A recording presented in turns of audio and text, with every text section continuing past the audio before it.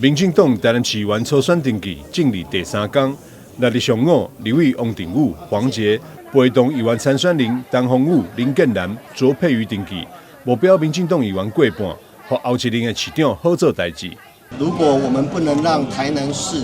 在民進黨能夠穩定過半的話，下一任市長會很難做事。永延會是民進黨內最年輕的派系，那我們長期以來努力致力於為民進黨培養新的人，希望政治不是家族傳承，我們也希望政治能夠有讓每一個人有平等參與的管道。那今天永延會在台南市推薦3位。第一位呢是連任的陳黃宇議員，另外一位我們推薦的是林建南，在北區、中西區。那另外一位為各位推薦的是東區的卓佩瑜。3位候選人其實都非常的優秀，不是正二代，不是富二代，但是对於公共事務的熱情是第1名的。他們過去也有非常豐富的經驗，身經百戰。然後技能是滿點的，所以我相信這樣的即戰力，如果能夠進到市議會，絕對是有最強的戰鬥力，也可以馬上第1天就上攻。立委林俊憲則是陪同議長區里里等18位議員大程人到黨部登記。林俊憲講，若有時母雞無法度關愛到，小雞就要各自求生，這個時陣就要團結。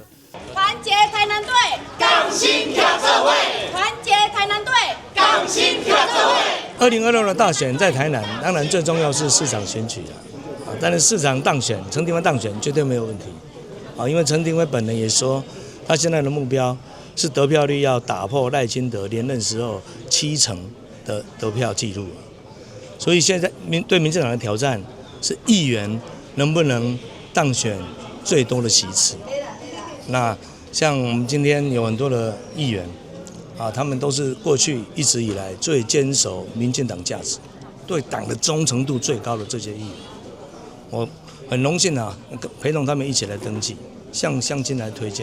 希望他們都能夠通過初選、大選也能夠當選，因為到年底選舉的時候是政黨的大對決，那母雞當然很重要了如果有時候母雞沒有辦法關愛到你，那小雞就只好各自求生了，那這時候就是要團結了。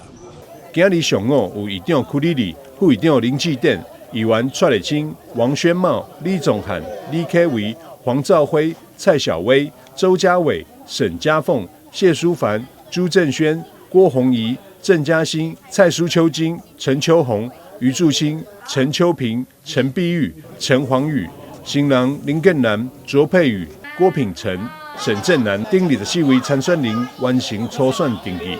台南新聞張偉忠採訪報道。